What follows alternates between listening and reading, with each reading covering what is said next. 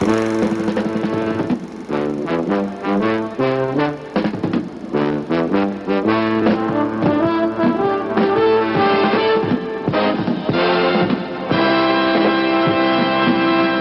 everyone, to Watch Challenge. On each episode, we challenge ourselves to find and watch a film of a particular type and then report back the results to each other and you fine listeners. My name is Mike Wendt. And I'm Aaron Spears. This episode's Halloween theme is continuing. We challenged ourselves to dig into the J-horror subgenre, which is Japanese horror.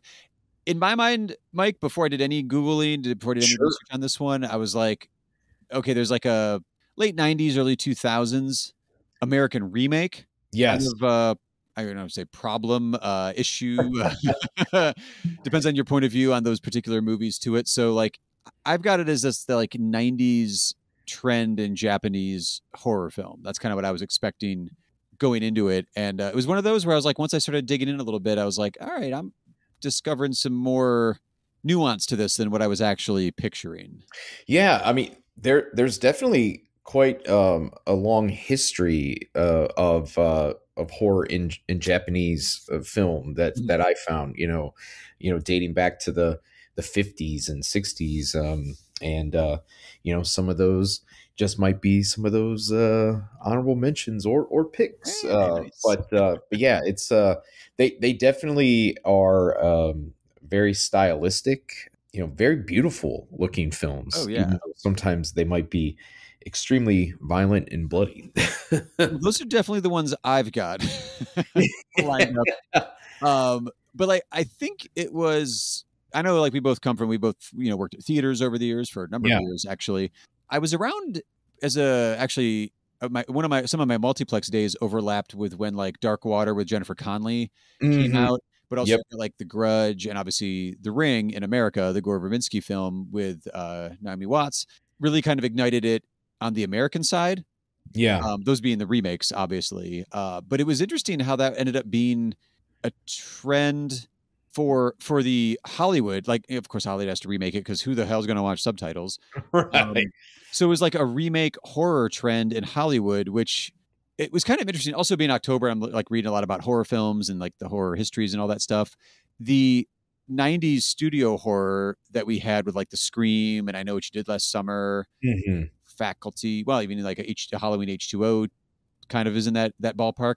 And then like that shift, which I really did enjoy, that shift into like The Ring and The Grudge and Dark Water and all of that. I do remember going to the Cinematheque here locally in Cleveland because John Ewing was programming all of the original J-horror stuff.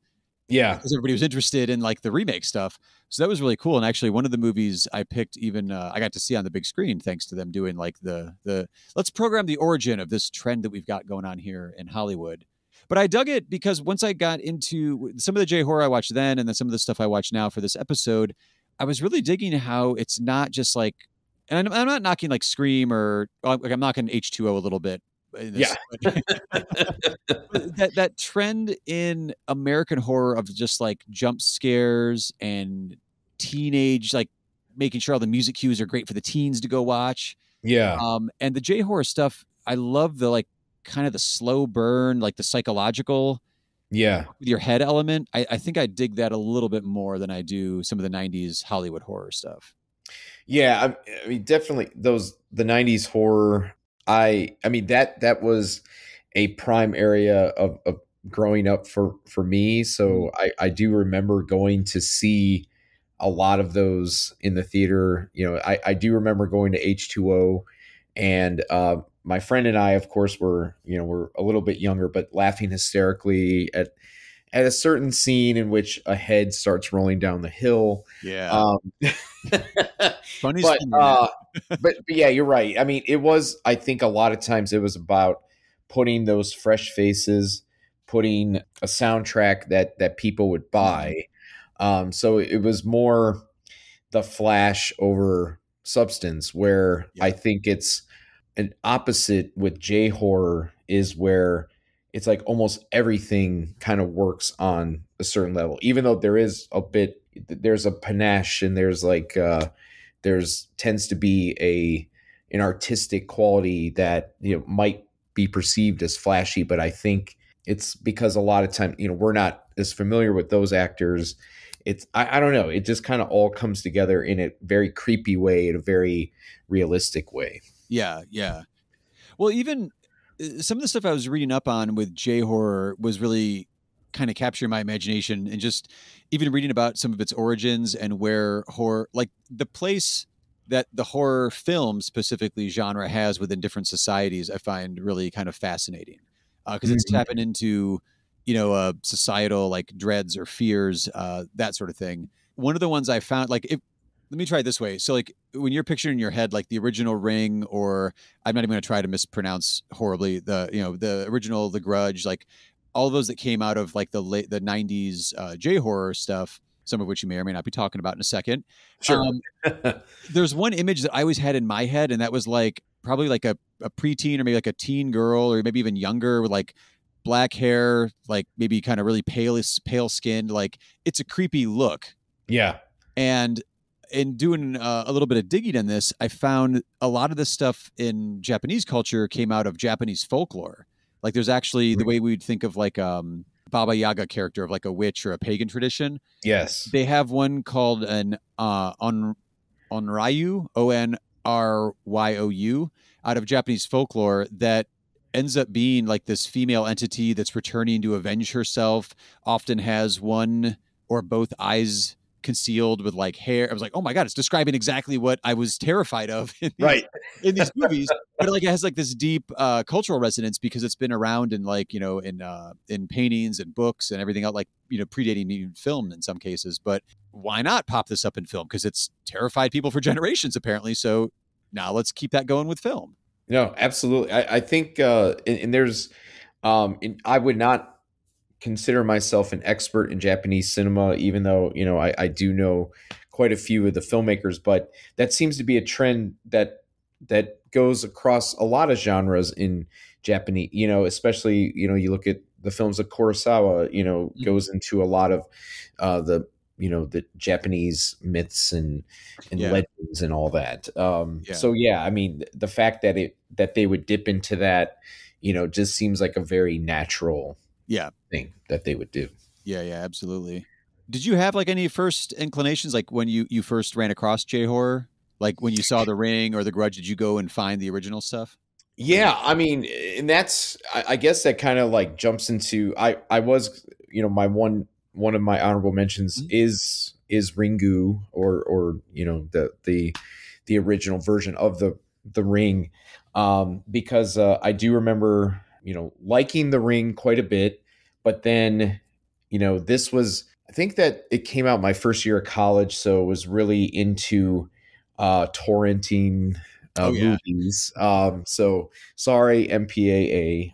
Yeah, please forgive me. But ended up finding the original Ring, and Ringu, and Mm. thought it was a pretty terrifying film. I Oh mean yeah. the whole concept of it, of putting this videotape, seeing these like images, and then having a curse on you is it's kind of like, I mean, it's kind of a brilliant concept to begin with, Oh but yeah.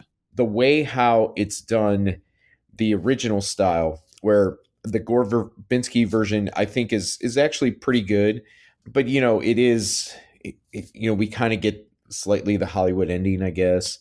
But that what I mean, the original J horror version is, Yeah. I mean, has images that I still think about Oh yeah. sometimes, and I think actually the actual clip that the people are watching is also more terrifying than the American version. I Like think it's a so little too. more grotesque, I would say, Yeah. a little more frightening. And so that was pretty much in, like, I was probably a late bloomer to just watching a lot of foreign films in general. Not until I got to college, and I'm sure maybe that's a little different now, like because there's more things available. But yeah, that was definitely something that really opened my eyes to what other cultures make in horror. That's true. Yeah. No, I think you're right. I think it's kind of an access issue because The growing up like in the 90s and heading off to college in like the late 90s, Yeah. it you didn't have the quick access. Like I can just I mean I try not to, but like I could watch that clip from Ringu right now like on my phone if I was a 14-year-old, you know. I was like, Yeah. well, that, you know, I mean, I'm glad there's access to that and there's exposure to it, but at the same time it's like, well, you know, when you had to really dig it out or find it or torrent it, like you were deliberately choosing to spend your time and like I'm going to sit down and watch this thing. I feel like it was a better grabbing of attention back then than maybe it is right now. But Yeah, I think, just to give you a little context of my, where I was, like, I think one of the first films that I saw that was foreign, or, not like British foreign, but right. was probably Crouching Tiger a few years before. Yeah, yeah. Like Y Tu Mama Tambien or something like that. Right. Like that was a pretty big hit.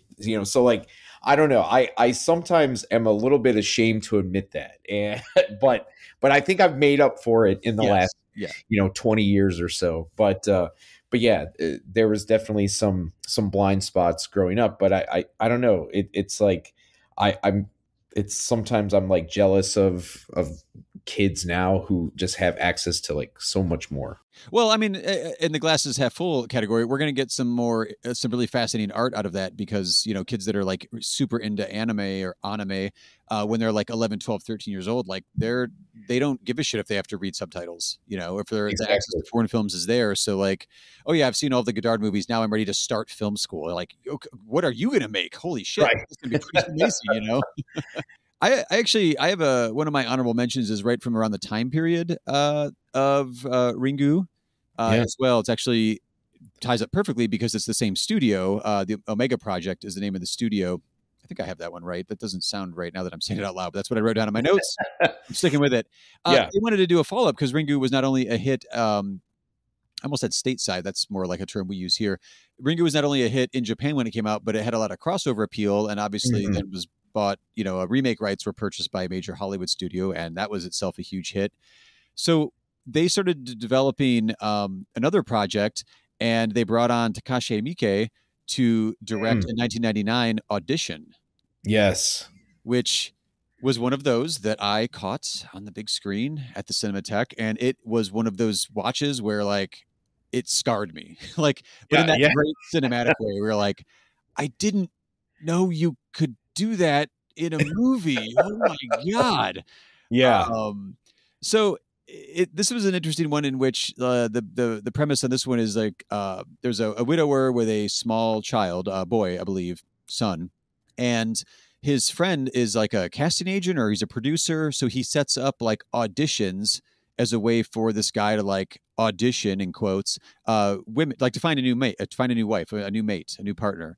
And you know that's a dicey situation already. It's a very objectifying of women in general. And this movie really plays with that. I think it's a really interesting kind of. There's a way you could do a feminist read on this because he does find a woman does capture his fancy, I guess, as you would say, and he follows her, and it gets steadily fucking creepier as it goes until at least I was just horrified by the ending. And then obviously I'm not going to spoil anything or anything like that here, but there's a really interesting kind of feminist read within a lot of J horror that I was reading about in the last week or so. Mhm. And this one in particular, you remember at the time having discussions with friends where like, yeah, it's revenge for just straight up objectifying of women within the culture, within blah. You know, you can read all kinds of stuff into it, but there's also this interesting fear in this movie of male fear of female sexuality. You can kind of read into as well. Also, it's just fucking terrifying. Yeah. Well, so if you just want like the shock value of that's fucked up. I can't believe, you know, they put this on film. Takashi Miike is definitely your guy Oh from my the God. J horror category, and we're not even discussing like Ishi the Killer or some of his other stuff. But Audition itself, I think, is a good intro. If you liked Ringu or you liked the original source material for The Grudge, Audition is right up your alley. Like that's a great, great October watch to really just creep you the fuck out. Yeah. No, he's definitely a gem of Japanese cinema. I actually really quite enjoyed his most. Maybe he made one more recently, but it was a couple years ago called First Love. I thought was very very good. Just another violent very violent movie, but it's done in such like a beautiful way. Yeah. Yeah. Yeah. He's getting away with the visuals. And he's also one of those guys that if you look up his filmography, he does like 4 to 6 movies and also television a year. Like he just cannot stop. Yeah. Yeah. It's so good. What else you got in the honorable mentions, Mike?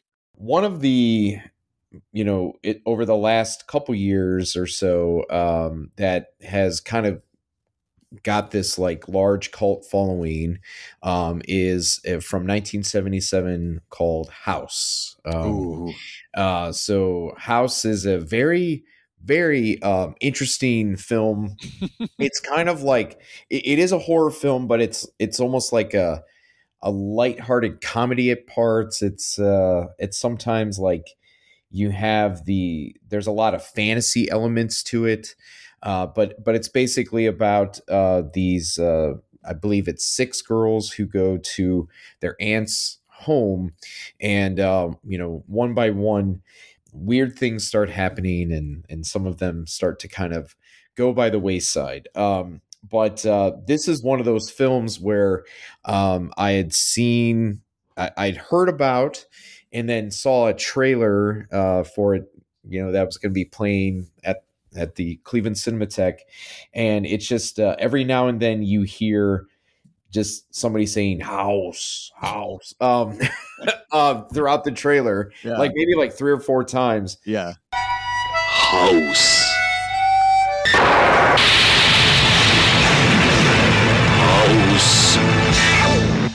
But it's such a technicolor dream of a movie, and I'm once again, I mean, I find myself doing this, like I'm not explaining it that well, but I would just say if you can find this film, Yeah. which it's available on the Criterion Collection, so I'm sure it's on a Criterion streaming channel, but this is, it's under 90 minutes, and there is like, it's unlike anything I think you could really see. The filmmaker, I believe, just passed away last year, and also had his like magnum opus, last film, and I don't remember what it's called, but it was like a 3-hour film. But that filmmaker is just very talented in, from reading about House, is like he basically, it was not written by him, but the script was given to him, and he had to basically beg to make it, because it was from the same studio, Toho Films, who did all the Godzilla movies. Mm-hmm. Because like he wasn't a staff member. Usually you're not allowed to direct it. But then he also talked to his pre-teen daughter about, what would you like to see in a movie? And so some of the elements of this movie that seemed kind of wild and crazy, were that way because it came from his young daughter himself. Yeah. So very, very unique. I can't suggest it higher enough. Oh no, same here. I just watched it for the first time in the last maybe 2 years, and don't worry about if you synopsized it or explained it well, because I don't think that you really can. It's bonkers. It's fun. It's crazy. It definitely, if you're looking for some good October stuff to watch, oh yeah, Yeah. It's in there. It actually, the aesthetic that jumped out at me has like kind of a, and I don't mean this in the content of it, but the aesthetic and the approach to it is like a kids TV show. Yeah. Like just really popping colors and like this sense of like play. Yeah. To it, even though some of it's really like, oh, did that piano just eat someone? You know what I mean? Like a Pee-wee's Playhouse kind of aesthetic to it almost. Yeah, because it like there's moments where it's like there's like this music and like happiness, and then all of a sudden a cat's like vomiting blood everywhere. Right. But not like in a David Cronenberg approach, in like TV, like a kids TV approach. But yeah. And just as a quick shout out, I think the one you're referring to is Labyrinth of Cinema. Yes, Labyrinth of Cinema, yeah. Which is a very, very another visual stunner. Yeah. Not in the J horror realm at all, but I would just say that's if you're looking for something that's unlike anything else that you're going to see here, definitely seek that one out as Yeah, well. yeah, and clearly a passion project. He's writer, director, producer, editor. Yeah, And I looked that up while you were talking. I didn't just know that off the top of my head. sure. I was doing the same thing. I was like, oh, what was that called? Yeah. So I have one other honorable mention I wanted to do, and it is one that I'm going to be a little judgy here and say, unfortunately, it did get an American remake. Sure. Actually, I think it even went on to make maybe two or three in the series. And that is Pulse from 2001, which is Kiyoshi Kurosawa, no relation to the master Kurosawa. He did this movie Pulse. It came out in 2001. He's the writer, the director, so it's like a story he clearly wanted to do and was really into. I don't want to do too much of a plot synopsis on it because it would take a while. Not that it's like convoluted, but he did this great. I'm a total sucker for this kind of style. In this case, he's doing a dual narrative. So he's got two parallel storylines that are moving along, and you're like, what? Why are these clearly these two stories are telling something, and you're waiting for them to meet, and they do meet and overlap, and then you get like, I don't know if it's fully like the third act or not, but like when they do finally meet, you're like, I remember just feeling like, oh yes, because like they're together, and then the climax plays out as like a combined story. So part of it is in this parallel structure, there's the one main character is like a florist, and this other guy. So there's a girl florist, and there's this guy who's a student. I think he's like an economics student, and they're both experiencing kind of a ghost, like a literal ghost in the machine, like it's a technology kind of horror movie. So it's a little very different from Audition, but it plays into some of the other things that I've noticed within the J horror thing of like the supernatural, but also kind of combines with like the psychological kind of slow burn. But this one, by the time it builds up, you're getting actually not too dissimilar from The Ring, I think, because I think it's like a computer disc that's passed around at some point in this one. So it's like, there's like a haunting to the technology that the folks are using. And if you watch it now, yeah, it's a little bit dated, but it doesn't fetishize the technology in the way that like something like on the Hollywood end, like Hackers did, which is kind of like a campy watch at this point, but it's like, it doesn't revel in like, oh, here's how the tech works kind of thing. It's just like, it's the vehicle to get the ghost, the horror story going. Yeah. But then you do get, by the time this one builds to its climax, you do get through like a burning, everything's on fire, apocalyptic Tokyo, downtown setting. The trailer itself has this, so I don't feel like I'm spoiling it too much, but the trailer, even the American version does, has like, I think it's like a passenger jet just like falling from the sky and crashing into this. Like it's a big kind of disaster spectacle by the end. And you're just like, oh my God. Like it starts from this kind of like intimate, kind of horror that these individuals are experiencing. Then the two storylines come crashing together, and then you get this kind of like apocalyptic, like large scale disaster movie by the end. You're like, oh shit, everything's really falling apart here. I'm curious because like I've never really heard of this one. Like who did the American remake star? Oh, the American remake is actually I own the remake, but I haven't watched yet. Wes Craven wrote it. I just looked up real quick because I wasn't remember off the top of my head. Kristen Bell. Oh yes, okay. It all came out in 2006. And they also did Pulse 2 Afterlife and Pulse 3, which were straight to DVD or whatever the form. No, it would have been DVD for the format there. I didn't watch it. I bought it a while ago, and I was like, I'll pop it in maybe. Yeah, but. Yeah, I do vaguely remember. Yeah, I remember that trailers for it, but I don't. Yeah, like I said, I haven't popped it in yet. But interesting. Okay. Yeah, that's cool. Yeah, no, the original. I mean, Wes Craven's writing it. It may not be all bad, but yeah, he didn't direct it, so maybe that's saying something. Where he's like, "Yeah, just give me the paycheck, out my way." But no, the original one. Like again, if you're, it's October. If you're looking for some good scares that are outside of the United States and Hollywood, I definitely would give Pulse a recommend. Absolutely.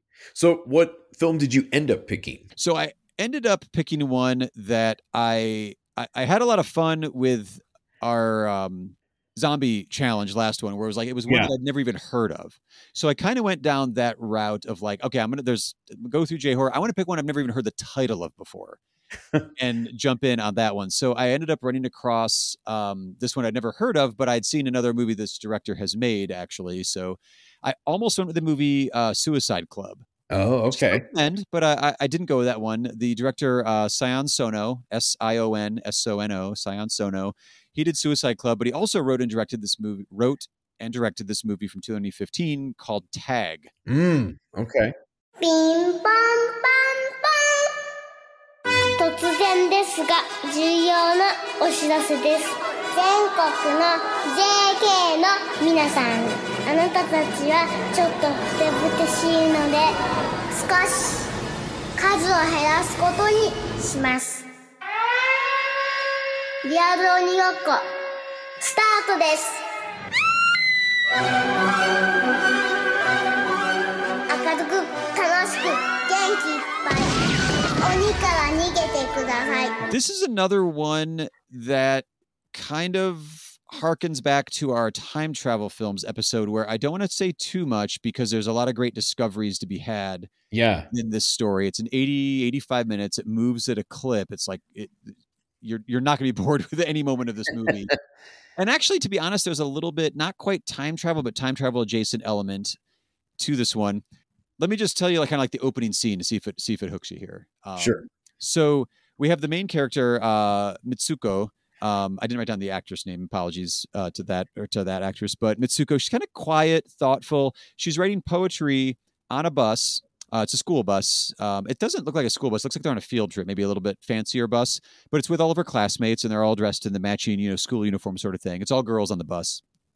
And they're all having a good time. Everybody's chatting, but she's just quietly writing poetry. So you get a sense of like who this character is on this whole bus.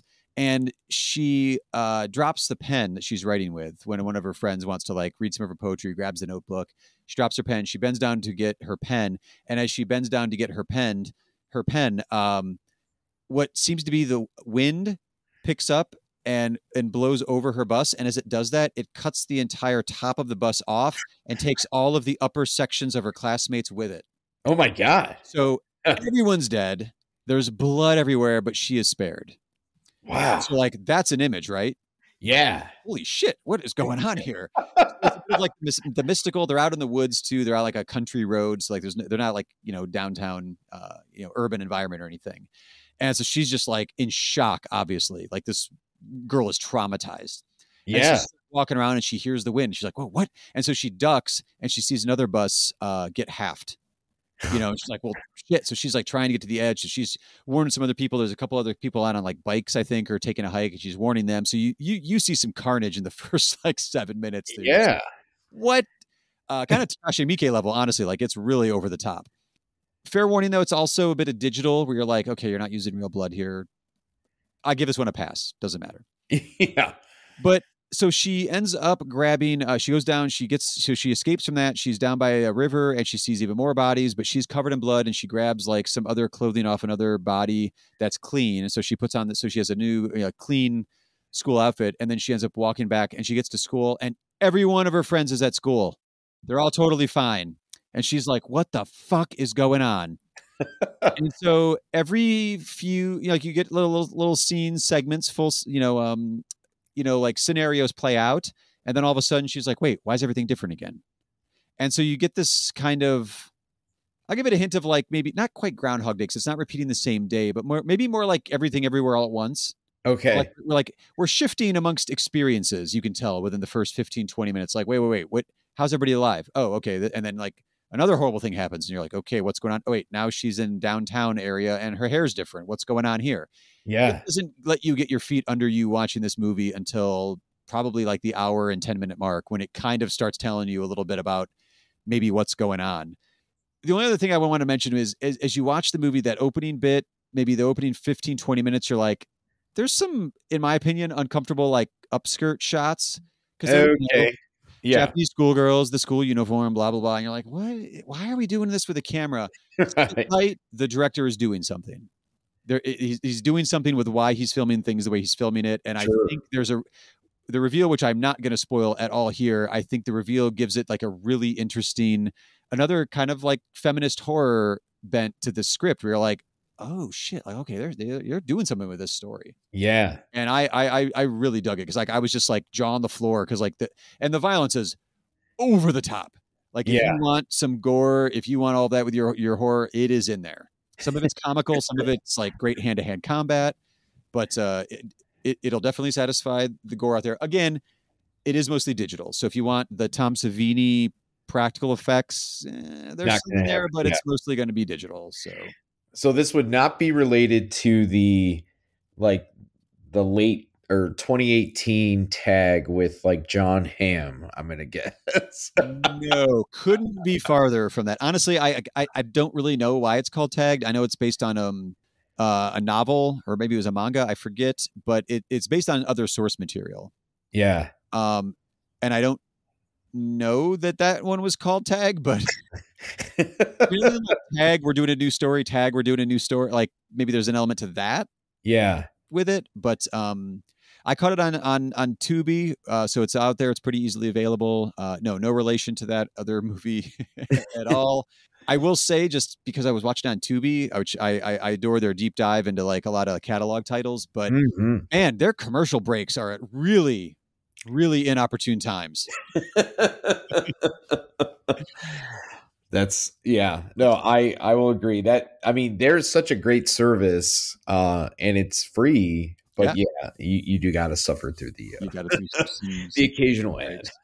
But no, I highly recommend that one. What did you pick for this watch challenge, Mike? So I wanted to like kind of expand a little bit and look at something that was maybe a little bit older, but also it was a film that I had heard about just by reputation, and finally got to watch it. I found it actually on Canopy for free, so another plug for another free streaming service.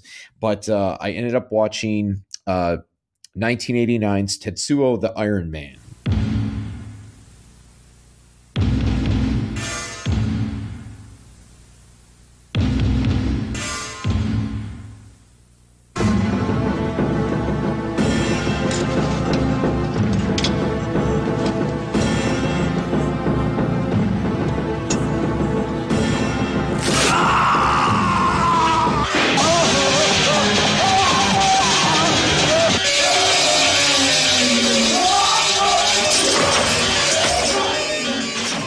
Have you seen this one? Not in quite a while. Okay. Quite a very unique film, to say the least. But it's just a hair over an hour, but it is it's only 67 minutes. Yeah, okay. But it's a black and white, very low budget movie. Basically, I'll give you the IMDb synopsis. A businessman accidentally kills the metal fetish-ish, who gets revenge by slowly turning the man into a grotesque hybrid of flesh and rusty metal. So this is directed by Shinya Tsukamoto.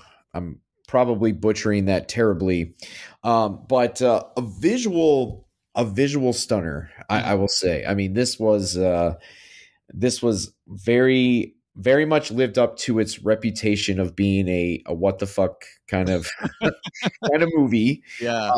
And kind of like hyper, kind of kinky, sexual in a way.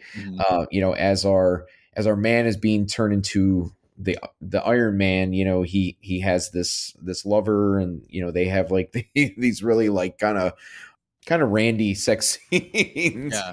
But it basically, some of the images of this film, I think, might kind of, as Ringu kind of haunted me. I think there's the image where you first see this like metal rod going into the man's skin, and you see like these like maggots kind of eating at it. Yeah. It's just, I mean, it just kind of gave me the willies. But, and I would not consider myself an experimental expert, but now having spent a lot of time with Cleveland Robert Banks, who does a lot of that stuff. Yeah.